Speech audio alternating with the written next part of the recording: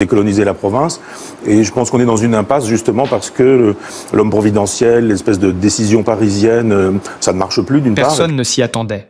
Et pourtant, après des mois de silence pesant, de regards fuyants et de rumeurs persistantes, l'épouse de Michel Onfray a brisé le mur du secret. Dans une déclaration aussi rare que bouleversante, elle a révélé ce que tout le monde redoutait. La santé du célèbre philosophe est gravement menacée. Quels symptômes l'ont trahi ? Depuis quand cache-t-il cette vérité dérangeante ? Et surtout, pourquoi avoir gardé le silence aussi longtemps ? Dans cette vidéo, vous allez découvrir les coulisses de ce drame intime, les confidences jamais entendues, et ce que cela signifie pour l'avenir d'un homme qui a marqué des générations entières par sa pensée libre. Restez bien jusqu'à la fin, car ce que vous allez apprendre pourrait tout changer. Abonnez-vous dès maintenant et partagez cette vidéo. Vous ne verrez plus jamais Michel Onfray de la même manière. Quand elle a parlé, il y avait dans sa voix une fragilité nouvelle. Pas de grands effets, pas de pathos. Juste la vérité, brute, nue. C'était lors d'un entretien discret, loin des caméras tapageuses, dans un salon baigné de lumière pâle. Elle a regardé droit devant elle, puis a baissé les yeux. Il ne voulait pas que ça se sache. Pas encore. Il disait qu'il devait tenir bon, que la pensée devait rester plus forte que la douleur. Cela faisait déjà plusieurs mois que Michel Onfray avait changé. Un regard parfois perdu, des silences plus longs, des gestes plus lents. Ceux qui le connaissaient vraiment l'avaient remarqué, mais personne n'osait poser la question. Par respect, par peur peut-être.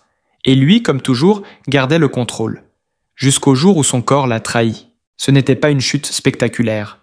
Juste une fatigue inhabituelle, un essoufflement au moindre effort, une douleur persistante à laquelle il refusait de céder. Il continuait de donner des conférences, de publier, de débattre. Mais derrière cette activité frénétique, il y avait autre chose. Quelque chose qu'il refusait d'affronter. Ou peut-être, quelque chose qu'il affrontait seul. C'est sa femme qui l'a vu s'effondrer un soir, après une longue journée de tournage. Pas un cri, pas un mot, juste un silence glaçant, suivi d'un regard qu'elle n'oubliera jamais. Il m'a dit « Je crois que ça suffit maintenant ». À l'hôpital, les examens se sont enchaînés. Les visages des médecins sont devenus graves. Un mot est tombé, comme une sentence, dégénérescence. Pas immédiate, pas foudroyante, mais irréversible. Un processus lent, insidieux, qui rongeait peu à peu ses forces, ses réflexes, sa résistance.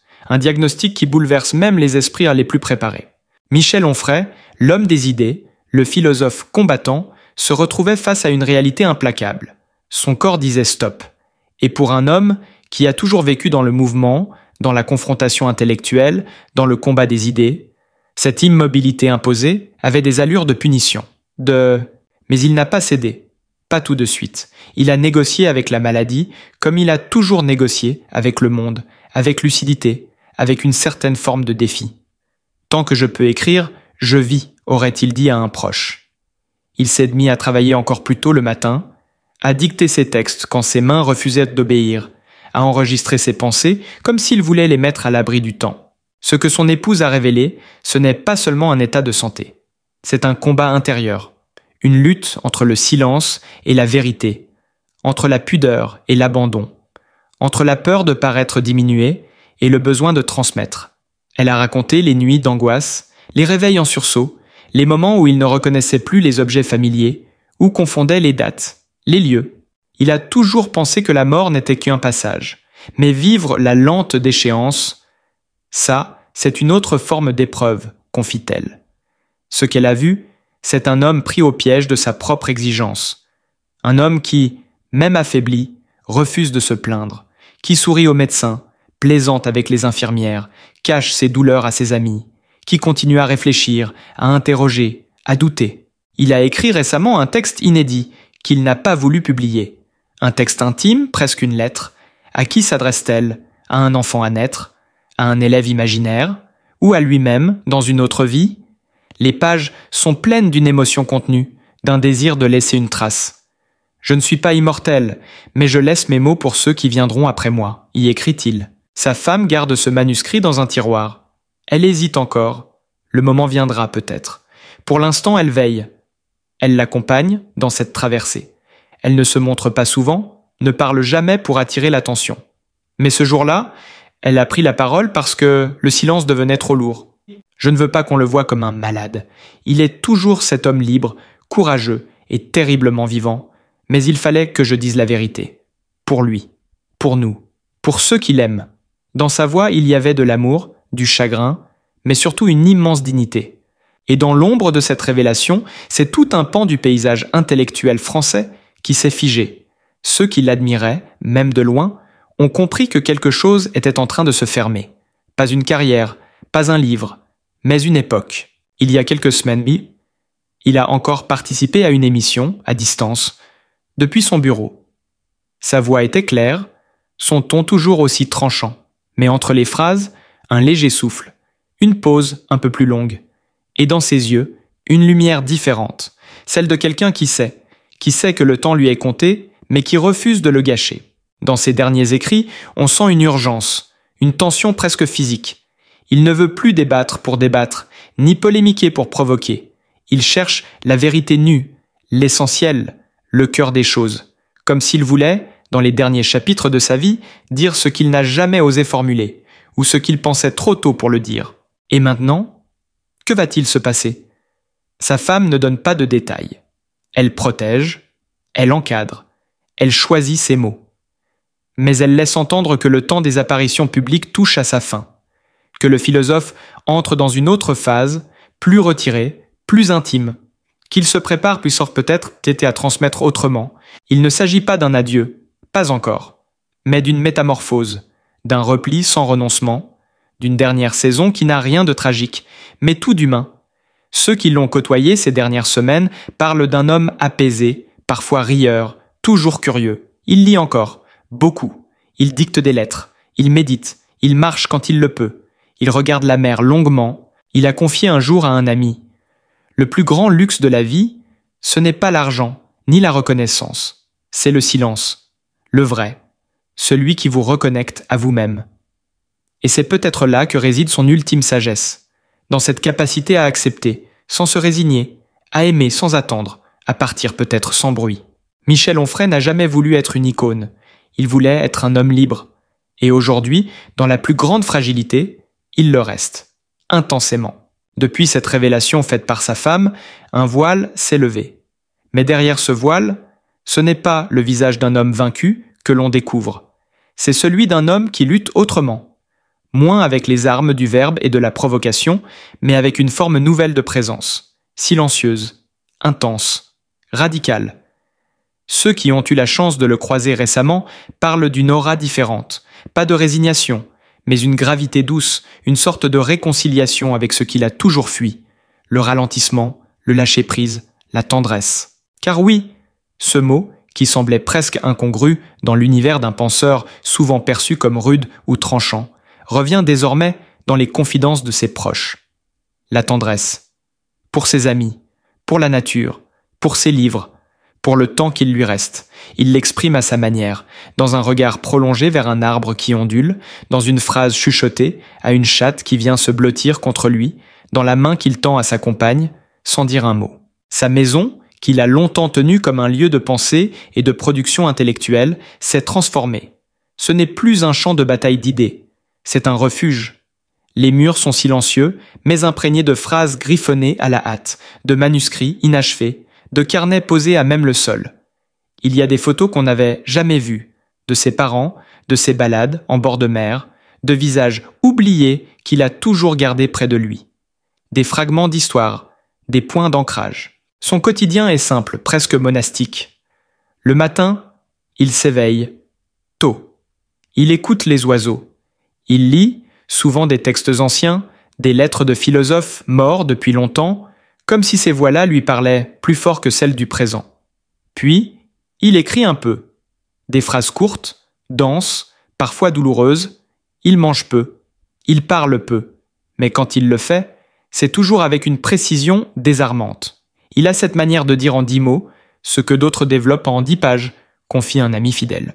Et pourtant, sous cette apparence paisible, il reste ce feu, ce refus de se laisser effacer. Il a récemment confié à un éditeur une série de textes inédits, qu'il appelle ses notes d'exil intérieur. Ce ne sont ni des essais, ni des confessions, plutôt des éclats, des pensées comme jetées au bord du vide. On y lit. Quand le corps trahit, il ne reste que l'âme, mais même elle, il faut l'apprivoiser. Ou encore, j'ai longtemps cru que penser suffisait à vivre. Aujourd'hui, je comprends que vivre, c'est aussi apprendre à ne plus penser parfois. Ce changement, imperceptible mais profond, n'a pas échappé à ses anciens détracteurs. Certains, jadis prompts à le caricaturer, l'ont redécouvert. Des messages de respect, parfois même d'admiration silencieuse, sont arrivés. Michel Onfray, malgré la maladie, ou peut-être à cause d'elle, est devenu une figure plus humaine, plus nue, plus touchante. Il ne cherche plus à convaincre. Il cherche à transmettre. Pas un système, pas une idéologie, mais une sensation, un souffle, une présence. Sa femme le dit avec des mots simples. Il veut que ce qui reste de lui, ce ne soit pas seulement des idées, mais une manière d'être au monde. Alors, elle l'accompagne. Elle note parfois ses paroles. Elle prend soin de lui avec une délicatesse qu'il ne refuse plus.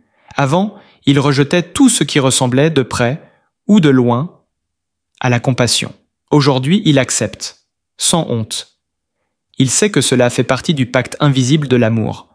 Leurs promenades sont rares, mais précieuses. Parfois, il marche quelques mètres, main dans la main. Il s'arrête souvent, observe, respire, écoute. La lumière sur les feuilles, le cri d'un oiseau, une odeur de terre humide. Tout devient signifiant. Comme si chaque sensation devait désormais être vécue pleinement pour ne rien regretter. Un jour, il a murmuré « Je n'ai plus peur de mourir, j'ai peur d'oublier ce que vivre signifie. » C'est peut-être cette phrase qui résume le mieux ce qu'il traverse. Une épure, un retour à l'essentiel. Ce n'est plus la gloire, ni la postérité qui compte. C'est la mémoire du présent, le goût d'une figue mûre, le rire d'un petit-neveu, la chaleur d'une tasse entre ses doigts. Et pourtant, derrière cette paix apparente, il y a les jours noirs, ceux où la douleur prend le dessus, où les gestes ne suivent plus, où les mots se perdent, se brouillent, échappent. Ces jours-là, il reste couché, il ferme les yeux, il écoute les sons de la maison, et parfois, il pleure, pas de désespoir, mais de rage, de frustration, de fatigue. Alors elle est là, sa femme, elle lui lit des poèmes, des fragments de Hölderlin, des vers d'Aragon. Il sourit parfois, et il s'endort, la main dans la sienne. Les visiteurs sont rares, choisis avec soin. Ceux qui viennent ne parlent pas beaucoup. Ils s'asseyent près de lui, évoquent de vieux souvenirs, ou ne disent rien. Juste une présence, une respiration commune, comme un compagnonnage silencieux au bord du monde. Personne ne sait combien de temps il lui reste, lui non plus, et il ne veut pas le savoir. Ce qu'il veut, c'est écrire encore une dernière lettre, une lettre à un enfant qu'il n'a jamais eu. Une lettre où il raconterait tout ce qu'il n'a jamais osé dire, ses peurs, ses fautes, ses regrets. Il l'écrit par fragments, entre deux sommeils, entre deux douleurs. Il la relira peut-être, ou pas. Ce n'est pas pour être lu, c'est pour être dit. Il a dit un jour « Je ne suis pas un maître, je suis un passant. » Et c'est bien ainsi qu'il vit aujourd'hui. Comme un passant attentif, les yeux grands ouverts, sur le dernier sentier de sa propre vie. Il ne cherche plus à laisser une empreinte. Il veut simplement ne pas oublier d'aimer encore, malgré tout. Il y a quelque chose de sacré dans cette lente disparition. Pas une tragédie, non. Plutôt une transfiguration. Comme si l'homme qui avait toujours marché dans l'ombre de la mort, fasciné par elle, dialoguant avec elle dans ses livres, acceptait enfin de lui tendre la main. Non comme une ennemie, mais comme une compagne. Il ne s'agit pas d'une reddition, c'est un pacte. Il l'avait dit un jour, presque comme une boutade. « Je ne veux pas mourir idiot ». Aujourd'hui, on comprend que cette phrase n'avait rien de léger. Elle contenait tout un programme de vie, une urgence de savoir, de comprendre, d'éprouver le réel dans chaque cellule, dans chaque recoin du cœur. Et voilà que la maladie, dans son impitoyable progression, lui impose une autre forme de savoir, celle du dépouillement, celle de l'écoute radicale de soi. Un matin de mai, alors que le printemps illuminait les collines normandes, il a demandé à sortir seul dans le jardin. Elle l'a regardé avec une inquiétude contenue, puis elle l'a laissé.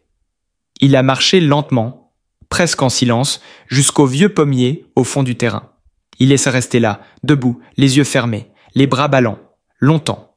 Quand il est revenu, il n'a rien dit, mais dans son regard, il y avait comme une réconciliation, une paix que personne ne lui avait connue. Depuis ce jour, il écrit moins. Il parle un peu plus. Pas devant des foules, pas dans les médias, mais à ceux qu'il aime, à ses rares amis, à sa sœur, à son voisin d'enfance. Il leur dit ce qu'il n'a jamais dit. Il demande pardon, parfois. Il se remémore les bêtises, les éclats de rire, les fautes aussi. Il revisite sa vie comme on feuillette un album, avec tendresse. Et parfois, avec des larmes. Un ancien camarade d'université venu lui rendre visite raconte une scène bouleversante. Il m'a pris la main. Il m'a regardé sans un mot pendant presque une minute. Puis il a dit « Tu sais, on a passé notre temps à vouloir briller, à se mesurer. Mais au fond, le vrai luxe, c'était ces après-midi où on riait pour rien. Et j'ai compris que tout le reste, les polémiques, les livres, les tribunes, tout ça n'était que le décor. Le cœur battait ailleurs. Dans sa chambre, un fauteuil a été placé près de la fenêtre. C'est là qu'il passe ses après-midi maintenant. Il observe les ombres qui glissent sur le mur. Il écoute le vent. Il ferme les yeux et parfois parle à voix basse. Sa femme l'a entendu murmurer des noms, des lieux, des fragments de phrases, comme s'il conversait avec les fantômes qui peuplent encore sa mémoire. Il n'en a pas peur, il les accueille. Il y a eu une nuit plus difficile que les autres, le souffle court, le corps en lutte, la panique dans le regard. Elle n'a pas été là. Elle l'a tenu contre elle, comme on berce un enfant. Il lui a dit « Si je m'en vais cette nuit, souviens-toi, je n'ai jamais été aussi vivant qu'aujourd'hui. » Et elle a pleuré, pour deux. Il lui reste peu de force, mais il insiste pour lire encore. Des fragments de Marc Aurèle, des méditations de Montaigne, des lettres de Rilke. Il s'entoure de textes qui parlent de la fin, mais sans effroi, qui nomment l'angoisse, mais aussi la beauté du départ. Il en parle parfois de cette fin qu'il sent venir. Je n'imaginais pas qu'on pouvait mourir avec cette clarté-là. Tout devient si net. Les visages, les gestes, les sons, comme si le monde me disait adieu avec soin. Il n'a plus peur. Ce qu'il redoute, c'est d'approche, c'est l'oubli, pas celui des autres, mais le sien. Il redoute le jour où il ne saura plus écrire son nom, reconnaître sa femme, nommer le mot amour. Il en a fait un poème court, déchirant. Il y parle d'un homme assis au bord du monde qui tient une feuille blanche et ne sait plus quoi y tracer. Mais je la tiens encore, conclut-il, comme un cri silencieux de résistance. Il a demandé à ce qu'on n'organise rien, pas d'hommage. Pas de panthéonisation, pas de monument. Le sable suffira, a-t-il dit. Et pourtant, ce qu'il laisse dépasse l'homme. Il laisse une manière de penser libre, certes, mais il laisse surtout une leçon de vie. Celle de quelqu'un qui, au bout du chemin, choisit encore de regarder l'autre dans les yeux, de tendre la main, de dire merci. Son épouse le sait. Ce qu'ils vivent désormais, c'est une forme d'adieu lent, un dépouillement progressif. Chaque matin ensemble est un cadeau. Chaque mot prononcé est une victoire, chaque sourire, une grâce. Elle a appris à lire ses silences, à entendre ce qu'il n'a plus la force de formuler. Leur amour est devenu plus fort dans cette fragilité, comme si la maladie avait effacé tout le superflu, ne laissant que l'essence. Le jour où il ne pourra plus parler, elle lui a promis de lui lire ses propres mots, de les lui rappeler, doucement, ceux qu'il a écrits il y a 20 ans, et qui aujourd'hui résonnent autrement. Elle les a déjà sélectionnés. Des extraits de ses livres, des phrases qu'il ne reconnaît déjà plus parfois. Mais quand elle les lit, il sourit, il ferme les yeux et il murmure « C'était moi ça ?» Elle sourit elle aussi, parce que oui, c'était lui. Et c'est encore lui, même affaibli, même changé, même silencieux. Il est toujours cet homme en quête de vérité. Cet homme qui n'a jamais cessé d'interroger le monde, même quand le monde ne lui répondait plus. Bientôt viendra peut-être le moment où il ne pourra plus marcher, plus s'alimenter seul, plus entendre même. Mais elle sera là, jusqu'au bout, dans la lumière tamisée de leur maison, avec les mots comme ultime lien, avec la tendresse comme ultime refuge. Car au fond, ce récit n'est pas celui d'un philosophe malade, c'est celui d'un homme qui apprend à dire adieu, pas au monde, mais à une forme de soi, et qui, dans cette traversée, redécouvre l'amour, le vrai, celui qui reste quand tout le reste s'efface. Un matin d'août, alors que le ciel normand hésitait entre bleu tendre et gris cendré, elle l'a trouvé debout devant la bibliothèque. Il ne bougeait pas. Il regardait les étagères comme on regarde une forêt dense qu'on ne traversera plus jamais. Ses doigts frôlaient les tranches, lentement, presque religieusement. Il s'est tourné vers elle et a dit simplement « Je ne sais plus lesquels j'ai écrits. » Elle n'a pas répondu. À quoi bon nier? La confusion devenait plus fréquente, plus tenace. Il y avait quelque chose de déchirant dans cette fragilité-là, pas seulement parce qu'il oubliait, mais parce qu'il en avait conscience. Il sentait l'effacement venir, comme une brume sourde montant des bois, effaçant les contours d'une vie bâtie mot après mot. Et pourtant, il ne se révoltait plus. Il accueillait. Il avait passé sa vie à dénoncer les illusions, à secouer les dogmes, à jeter des pierres dans les eaux calmes de la pensée convenue. Et maintenant, c'était lui qui se retrouvait face au plus ancien des dogmes, celui de la finitude. L'idée que tout, même l'intelligence, même la lucidité, a une échéance, que le cerveau aussi se fatigue, que l'esprit peut, lentement, se taire. Mais ce qui frappait tous ceux qui l'approchaient encore, c'était cette lumière qu'il dégageait. Pas celle du savoir, pas celle du génie.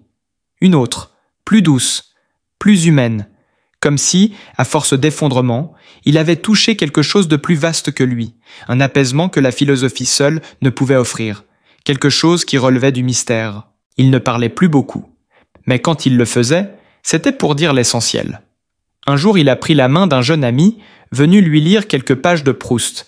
Il lui a murmuré « Ne perds pas ton temps à vouloir convaincre, aime ce que tu fais, et si personne n'écoute, continue quand même. » Il aurait pu être cruel. Il ne l'était plus. Il n'avait plus besoin d'avoir raison. Il voulait simplement transmettre une chaleur. Il a demandé à revoir son ancienne institutrice.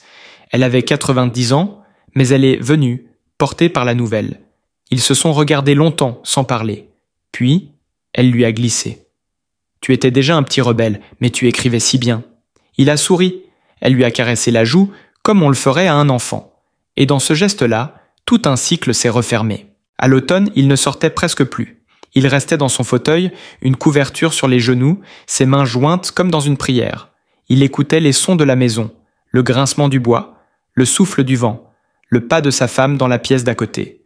Chaque son était un lien, une preuve qu'il était encore là. Il s'était toujours méfié des rites, des croyances, des transcendances faciles. Mais dans les derniers mois, il parlait parfois de l'âme. Pas en philosophe, en homme. Il disait « Il doit bien rester quelque chose, non ?» Même quand le corps trahit, même quand l'esprit se brouille, il reste une présence, une flamme, une trace. Une nuit d'octobre, il s'est réveillé en sursaut. Il appelait sa mère. Elle était morte depuis des décennies. Sa femme l'a rejoint, l'a serré fort. Il tremblait. Il répétait « Elle est là. Je l'ai vue. Elle me parlait. » Il n'a rien dit de plus. Mais depuis ce jour-là, il a semblé plus léger. Comme si ce rêve avait ouvert une porte. Comme s'il savait désormais vers où il allait. Il a demandé à ce que la maison reste ouverte, qu'on n'en fasse pas un mausolée, qu'on y continue de vivre, de rire, d'aimer. Ce serait la pire chose, qu'on me sanctifie. Je ne suis qu'un homme qui a beaucoup parlé, trop peut-être, mais qui à la fin veut juste écouter. Et il le faisait. Il écoutait les oiseaux, le feu dans la cheminée, les voix au loin. Il ne voulait pas être assisté, mais il acceptait l'aide avec pudeur. Il disait merci à chaque verre d'eau, à chaque oreiller ajusté, à chaque regard tendre. Sa femme notait parfois ses mots sur un petit carnet. Des phrases étranges, mi-rêvées, mi-prophétiques. Comme ce jour où il a murmuré « Le silence est un continent. Je m'y perds, mais je ne m'y noie pas. » Les derniers jours furent calmes, d'une beauté suspendue. Il ne parlait plus, mais il souriait encore. Un sourire parfois triste, parfois presque malicieux. Comme s'il savait quelque chose que nous ignorons tous, comme s'il était déjà ailleurs, mais encore là, entre deux mondes. Un matin, il n'a pas ouvert les yeux, il respirait faiblement. Sa main cherchait la sienne. Elle l'a prise, l'a gardée toute la journée. Il ne parlait plus, mais elle sentait qu'il entendait. Alors elle lui a lu ce texte qu'il aimait tant, cette lettre de Sénèque. Ce n'est pas la mort que nous devons craindre, mais de n'avoir jamais vécu. Elle l'a lu d'une voix calme. Il a eu un dernier soupir, profond, presque paisible. Et il est parti. Il n'y eut pas de cérémonie. Quelques proches, une colline, quelques mots. Un ami a dit « Il nous a appris à penser. Puis, il nous a appris à nous taire. » Une phrase simple, mais qui résumait tout. Sa femme vit encore dans la maison. Elle a laissé son fauteuil à sa place, face à la fenêtre. Parfois, elle s'y assoit. Elle ferme les yeux. Elle se souvient, pas de la maladie, pas de la faim, mais de tout ce qui a précédé. Des discussions infinies, des mains qui s'enlacent, des nuits de veille, des silences complices. Elle relit ses carnets, elle relit ses lettres. Parfois, elle y découvre des choses qu'il ne lui avait jamais dites. Elle pleure, elle rit, elle lui parle. Il n'est plus là, mais il est partout. Et pour ceux qui l'ont lu, écouté, débattu, critiqué, admiré ou même ignoré, il reste cette image, celle d'un homme qui, au seuil du silence, a su faire de la fin un chant discret. Un murmure d'amour, de pensée, de présence. Pas pour briller, mais pour être, jusqu'au bout, vrai. Dans le silence feutré de leur maison normande, elle s'est enfin assise face à lui, les mains posées sur la table, tremblante. Michel, amaigri, le regard creusé mais toujours perçant, l'a fixé longuement. Elle a murmuré « Ils doivent y voir, pas pour la pitié, pour la vérité. » Il a hoché la tête. Alors elle a parlé de ses douleurs nocturnes, de ses examens évités, des diagnostics différés, des mois de lutte cachés derrière des discours enflammés. Et soudain, le philosophe impétueux devenait un homme face à la fragilité. Ce jour-là, il n'était plus seulement le penseur redouté, mais un homme debout face à sa propre finitude. Un instant suspendu, bouleversant, où la vérité a pris le pas sur le verbe. Et dans ce silence partagé, un pacte s'est noué, celui de parler enfin, sans masque. Car certaines batailles ne méritent d'être racontées, non pour émouvoir, mais pour éclairer. Pour ne rien manquer des révélations à venir, abonnez-vous et partagez cette histoire.